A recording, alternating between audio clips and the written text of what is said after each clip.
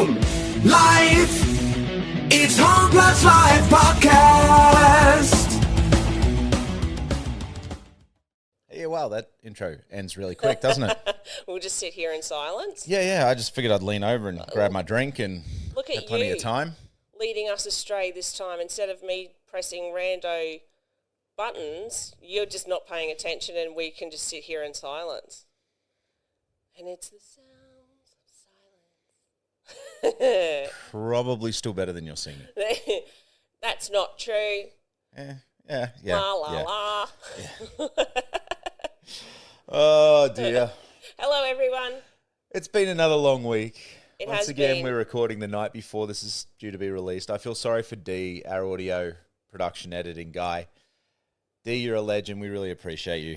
And the fact that you're We putting like up to with this. keep you on your toes. No, it's just we're still not fully moved in. Trying to run everything, handle everything. Like, we're fully moved in, but we're not. It's not all organised yet. We are getting a hell of a lot closer. We are, absolutely. There's just a few little minor details that we're going to be doing down here. Yeah. Upstairs is sorted. Yeah. Aside from refurbing some of the old furniture you picked up. Yes, but look, if you're allowed to Your have... little project. Oh, no, that wasn't a complaint.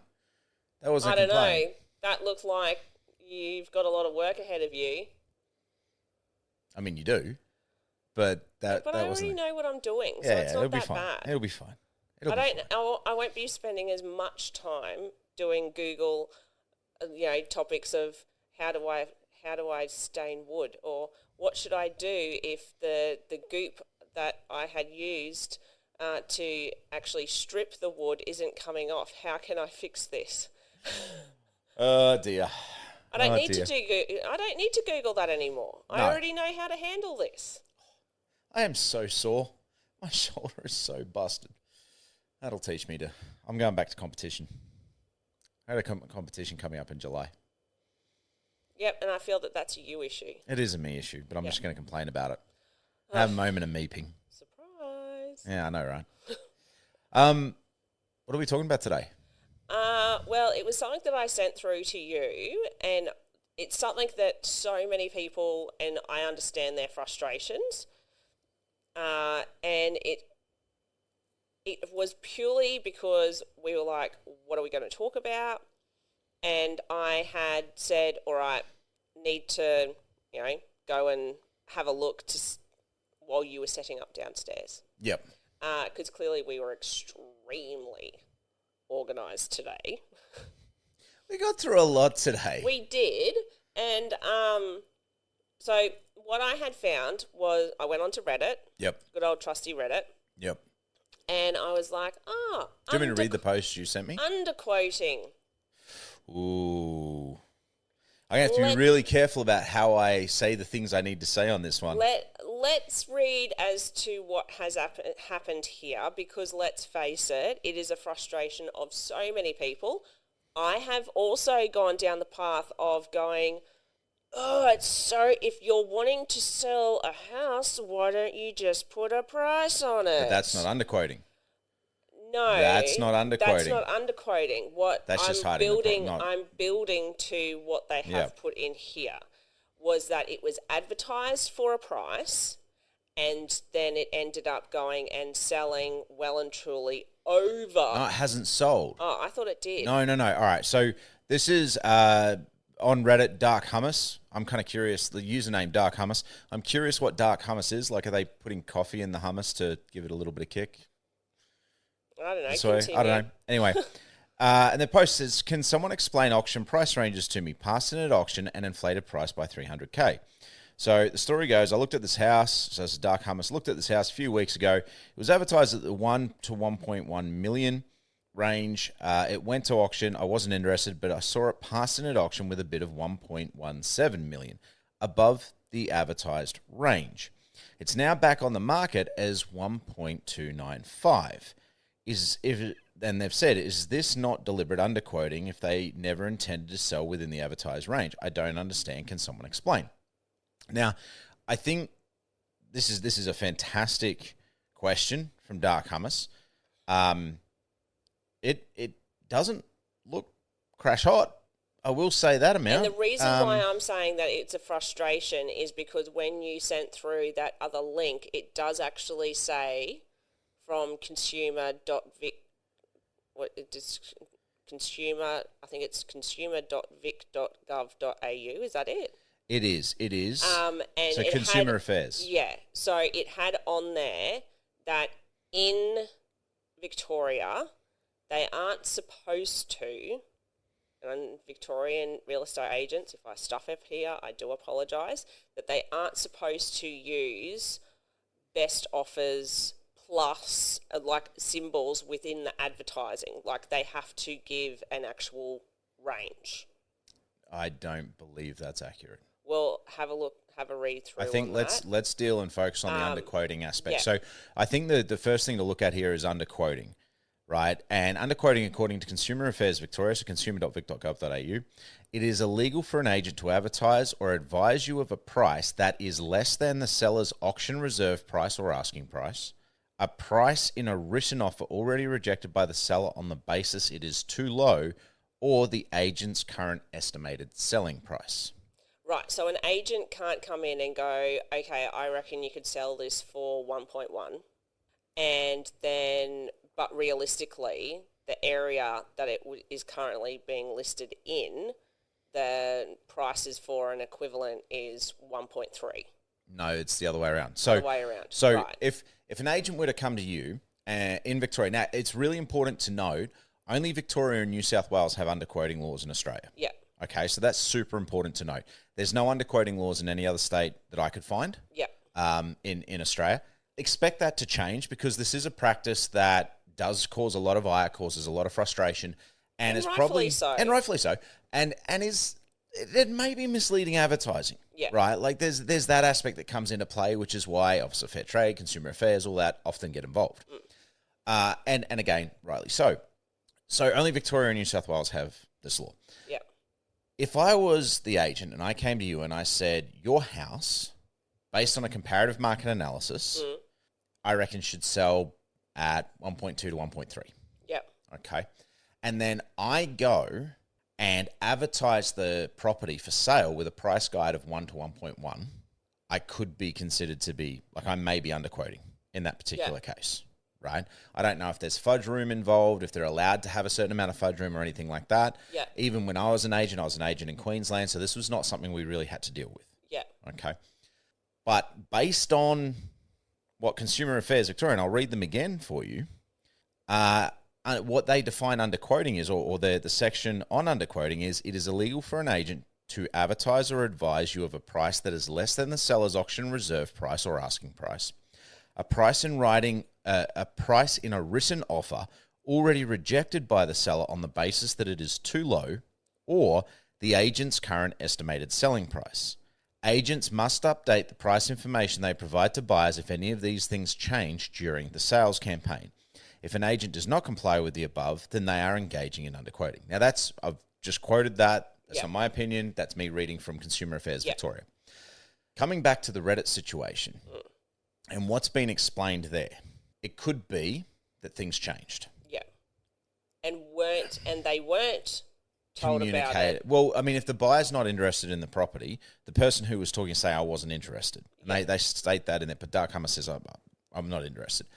So therefore, they are not an actual buyer of that property, so they may not have been given the update. Yeah. That's if there was any update issued. Yeah. That said, on the surface, it looks like something you definitely want to ask the question about. Yeah.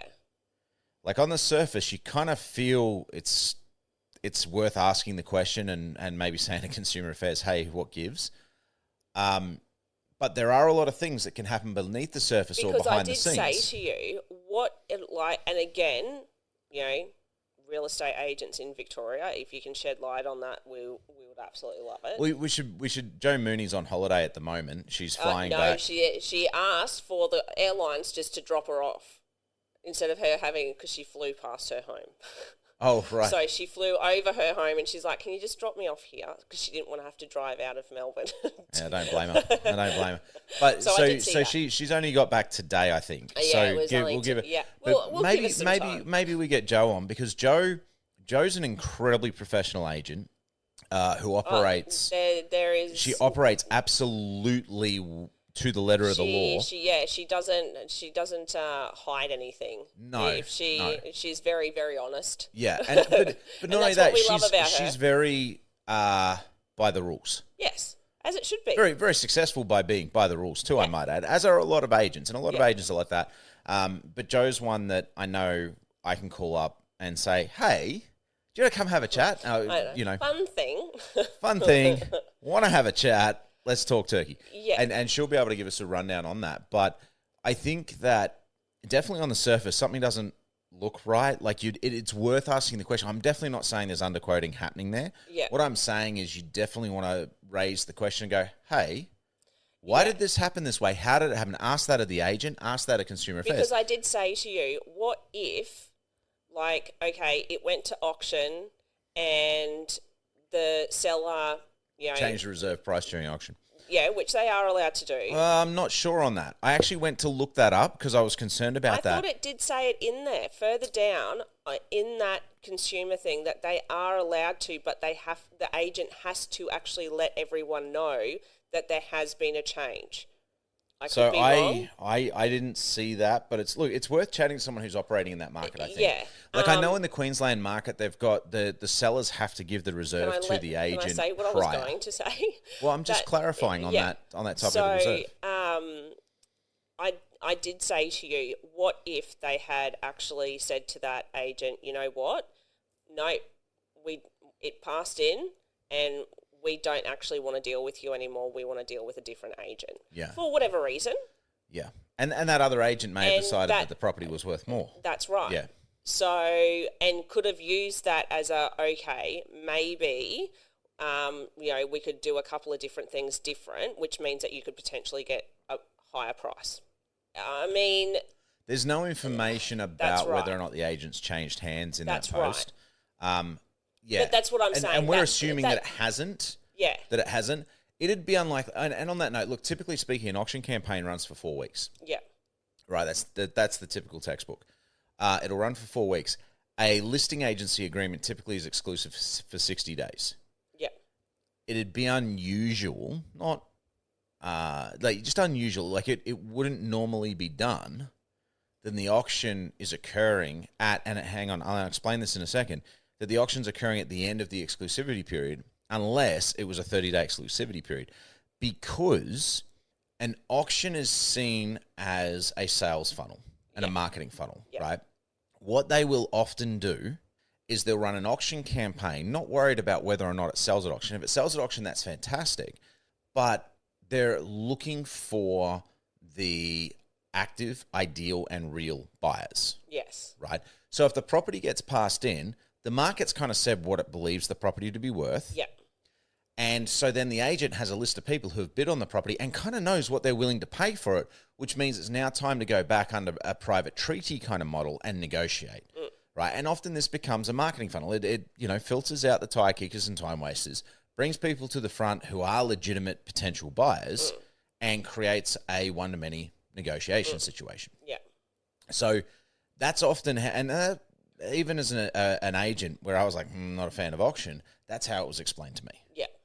So it could have been that, but what doesn't make sense with this is you've now jacked the price up. You've got someone who was willing to pay over the price guide. Yeah. And you've now gone back to the market and jacked the price up by another 120K. Yeah.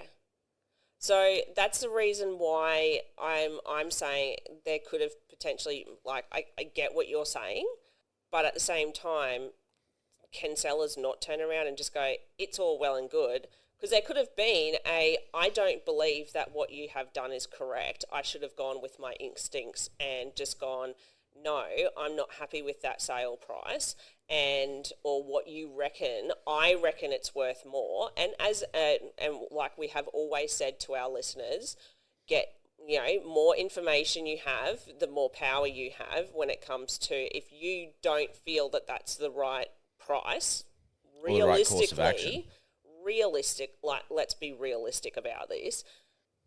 If you're going, oh, my house is worth 1.5 when it's actually only worth like 900 at most, that type of thing. I'm talking about being realistic about it. So 120,000 more when they're going, no, look, I don't think it has been presented properly. I think you haven't done a good enough job. Whatever the reason is, can sellers not turn around and go, thanks, but no thanks, if it's come to that exclusive end period? So you said sometimes it can be 30 days? On the listing agreement, look, it can be, but typically it's not, but it can be. But didn't you say that the auction do you know is what also really bugs me on this? weeks? Do you know what's the most fishy thing about this that really bugs me? What? Under auction conditions, Yeah. if a property exceeds its reserve price in bidding, it's on the market and it's going to sell. Yeah. If the price guide was 1 to 1.1, unless on the day the agents turned around and gone, ladies and gentlemen, this price guide has now been adjusted. The price guide is now 1.1 to 1.3, right? Or 1.2 to 1.3, right? And there was no indication that dark hummus was there at the auction to know if that happened, and because that would potentially be meeting the obligations of filling everybody in. If that didn't happen, and there's no way for us to know unless we speak to the agent, we don't even know who the agent is or the owners, then the reserve price was above the price guide. If that update didn't happen, the reserve price was above the price guide.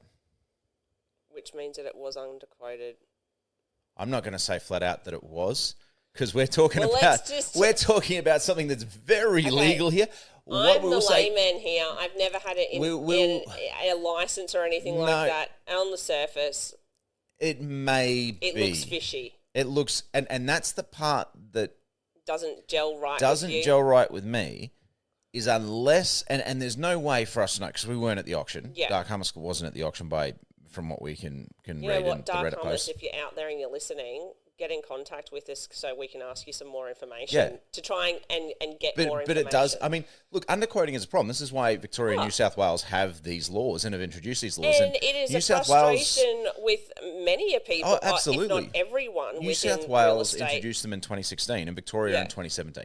So, like, there's a need for this legislation. Yeah. It is a problem. Yeah. And it wasn't just a problem during COVID. Like, COVID was mental. We watched properties when we were like looking at market buy and things like that. We watched properties where you saw the CMA and the CMA was smick. Like it was spot on. Yeah. The numbers matched. Everything looked right. Yeah. And they're going, we reckon 1.9 to 2 million. You're looking at it and you're going, yeah, that checks out. All of the computer driven reports are around that. 3 or 4 agents you talk to are like, yeah, that's about right. And then it goes for 2.53. Yeah. And you're just sitting there. And I'm like referencing a specific sale that happened in Melbourne, in Tarook or whatever it is. Yeah. Tukarook or something like that. Anyway, down on the coastline there to the east of Melbourne. And this very specific property that I'm thinking of because I watched it happen. And it just ended up that 2 or 3 buyers were determined to get this property and fought hammer and tong. Yeah. And so they competed hard and it blew up. But that, you see, and in that, people were like, is that underquoting? No, it's not, because the market appraisal, the comparative market appraisal, supported the numbers that the agent put out. Yeah. Supported the price guide that the agent put out. What ended up happening, though, on auction day, is buyers actually pushed the other buyers out buyers of the market. refused to back down and went and spent the money they were willing to spend. Yeah.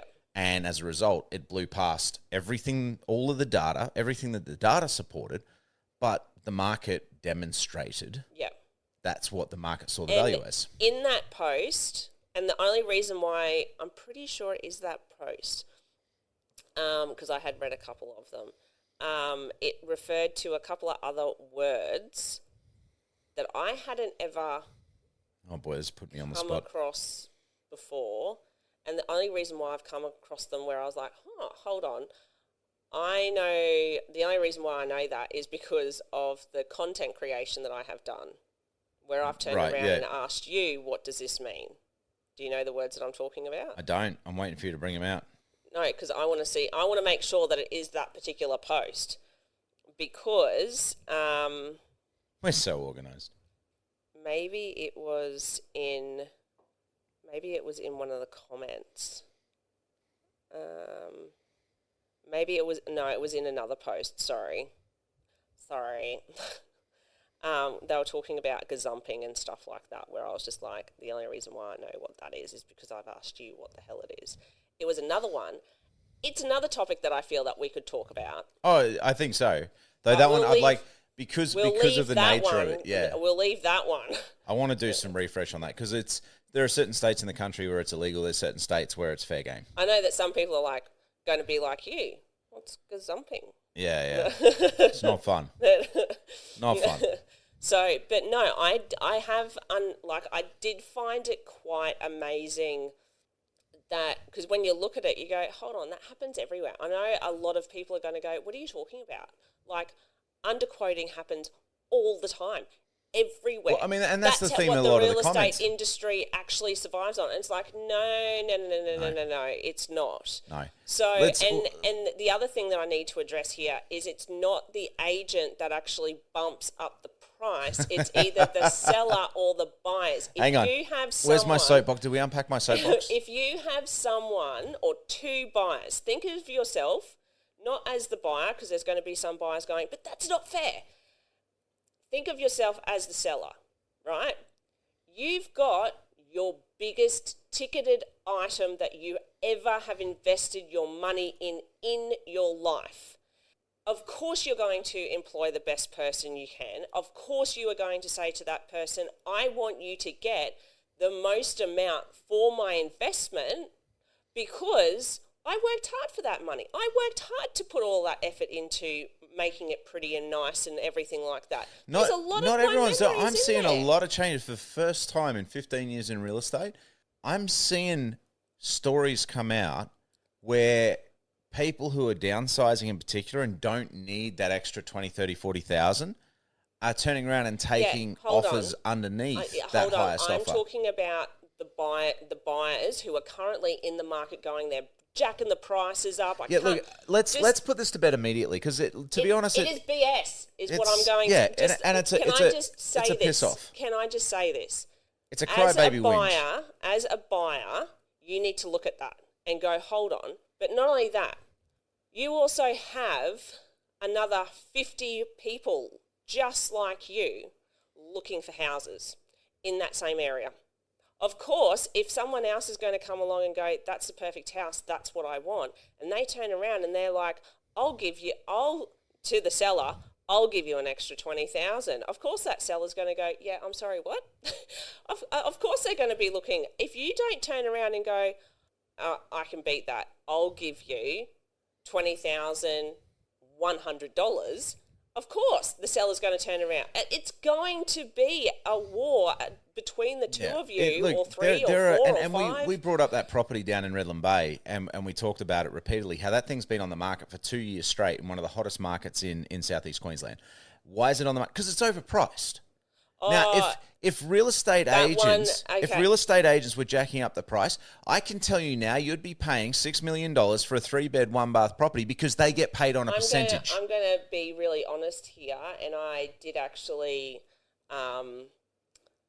have dealings with finding out a bit more about that property. I'm not going to say how, but I did. And let's just say that I found it a bit questionable when it came to the actual dealings as to not only trying to purchase said property but also renting it, the way that it is listed. Oh, the way but it's overpriced. So it's overpriced. Both for rental and as well as selling it. It's overpriced across the board. And this is the thing. Everyone sits there and goes, real estate agents are jacking up the price. If real estate agents were jacking up the price, you'd be paying $6 million for a 3-bed, 1-bath. Yeah. Right? That's falling down. Why? Because they get 2% or 1%, whatever their commission is, it's a percentage. So they make more money the higher the price goes. Yeah. So they're going to if they could jack the prices up, they wouldn't just jack it up by 20, 30, even 100,000. You'd be paying millions. Yeah. Right? They don't have that power. It's the buyers. Exactly. And the problem comes back to supply and demand. We do not have enough houses for the buyers that want to buy houses where they want to live, where we don't have enough houses for them. So you're in a competitive situation, and it comes down to who makes the best offer, which more often than not, 90% of cases, and I know those numbers because in market buy, it's about 90% of cases, it's the highest offer. 10% of cases, somebody takes an under offer. Yeah. Right? And that's it. It's supply and demand. Yeah. So blaming real estate agents for jacking up prices, no. No, it's the easiest way. I'm sorry. If anything, you should be looking at that fellow person who is also a buyer going, what the hell? Like, you've just made it harder for me to purchase. Yeah. What the hell? But that's just it. Like, but they're not going to care because they've got somewhere to live now. exactly. It's a competitive market, and that's what a competitive market looks like. Exactly. Like, if you look, I'm going to say this, right? If you genuinely believe that real estate agents are jacking up prices, real estate agents get paid on commission. It's a percentage, right? Quit your job, go and become a real estate agent, and make billions. Because you can jack the prices up. If you're an agent, off you go and do it. Yeah.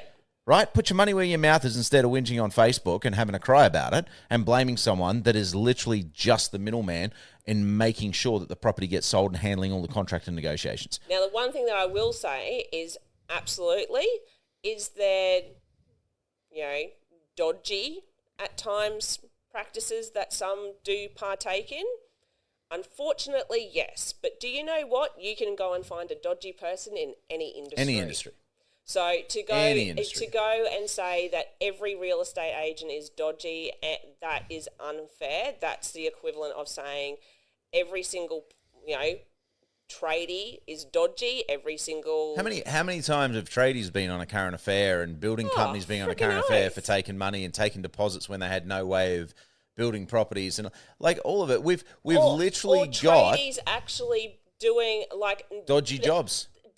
Yeah. Or people going, oh yeah, I'm a tradie, comes and does a shoddy ass job, license. Gets paid for it, has no license, no builder's license. But here in Australia, if there's a person that goes, I can sell your property, and doesn't have a license, and you've allowed them to not only walk through your property and give you all of this stuff, which is you can. There's a lot of you can go hard at them on that. Yeah, exactly. But like you look at it right in. Builders have insurance. Like there's actually a government-run insurance program in case a builder goes under. There's none of that for real estate agents because there's not a need.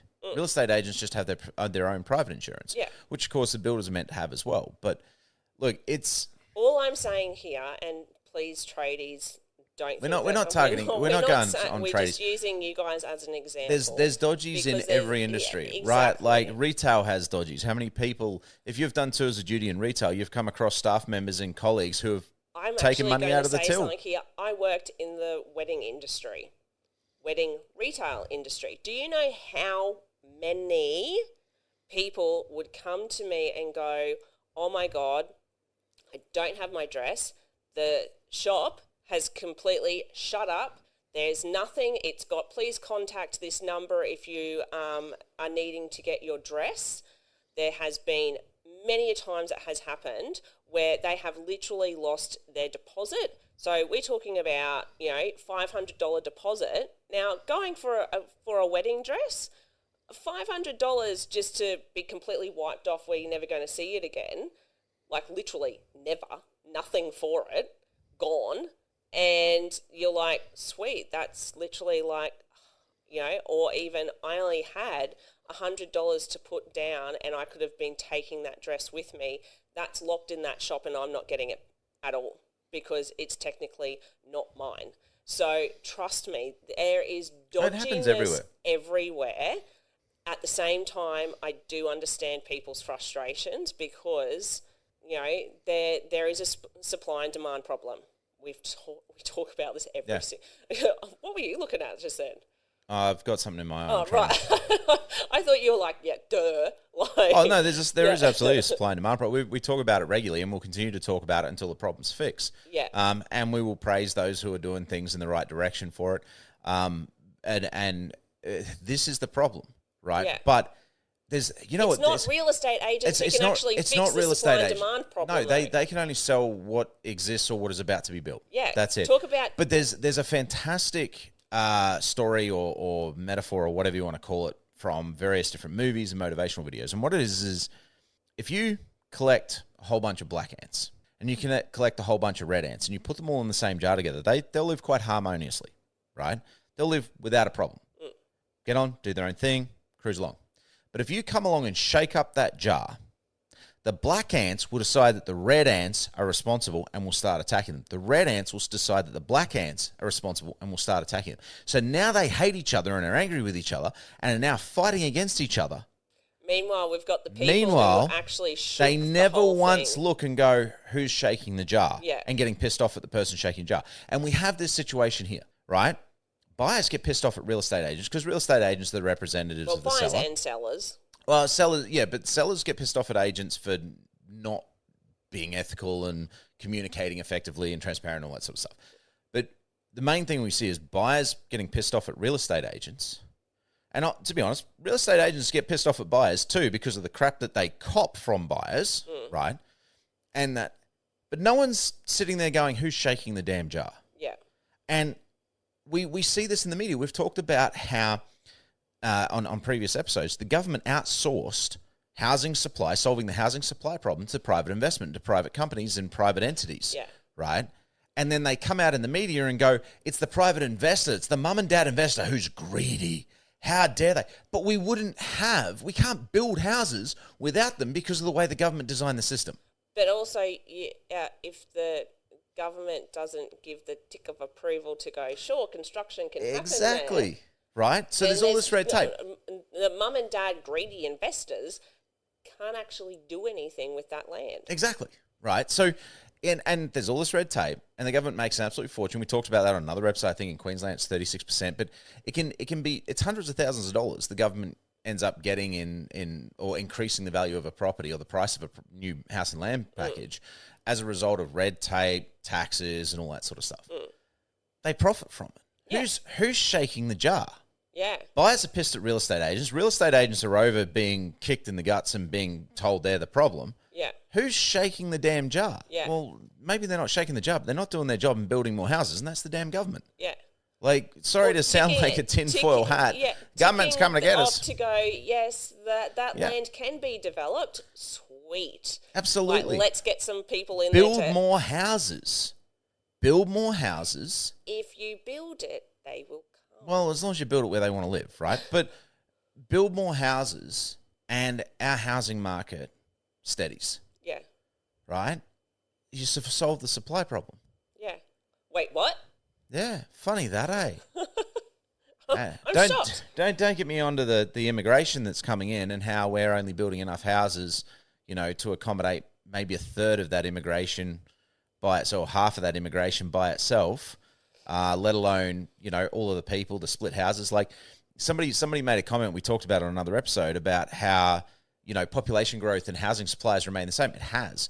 But the demand for houses has increased because we've gone from an average of 3.6 people per household to 2.4. So our population's growing, and we've now got increased immigration, and we have increased demand for houses because people are living in smaller houses and smaller family groups. Yeah. Who'd have thunk it, right? Yeah. Quit blaming each other. Yeah. Doesn't matter if you're a black ant or a red ant. Go and bite the person that's shaking the damn jar. Yeah. And guess what? There's elections coming up. Yeah.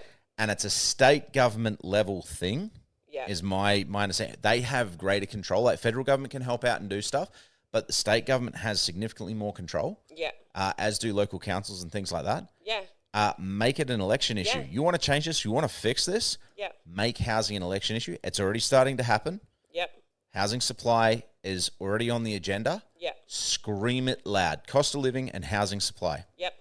Make it an election issue and watch Make it how a thorn shit. in their side. Yep. Be that freaking squeaky wheel. Make it the thing that costs them the election and watch how damn quick it changes. Yep. Yep. Yep. Where are we going from here? I have no idea. We've covered off what you wanted. I know. This is I think we can be done. I think we can be done. I feel that there's a lot of various things that people are going to want to go and have a look. We can put the link up to that particular post for you, just so that you can actually go and read it on Reddit. Yep. Read it on Reddit. Read it on Reddit. And at least then you can, potentially have a little bit of your own, this is what has my own experience, or if you want to leave us a little comment, even On our socials on and our email or whatever. socials, even on the our actual podcast Yeah. comment section as well. Please, we'd Hey, love to hear from you. Off topic. Last set we talked about murder sprinkles, and more murder sprinkles are coming. I'm just waiting And for how you final nearly ingredients. murdered our son. I did not. No, he did. He did it himself. He did it himself. He did. Comes out, asks me, goes, Jay, can I have some murder sprinkles on it? I'm like, yeah, sure, mate. He's heard us talk about it. He's watched us use it, and then he goes and coats his fried rice with it like he was sprinkling salt. Yeah. Yeah. Yeah. He learned that lesson real quick. Yeah. He was starting to actually salivate into it was pretty bad. He was salivating. To his credit, And he still powered through and enjoyed the taste. He did. He just couldn't handle the heat. But I just said to him, I'm like, well, why are you jumping around drinking water? I've told you many a times, drink milk. Yep. So Yep. he went and grabbed a glass So of next milk. batch of murder sprinkles is coming. I need to get a website up and stuff. Yeah. But on that note, we'll leave you guys here.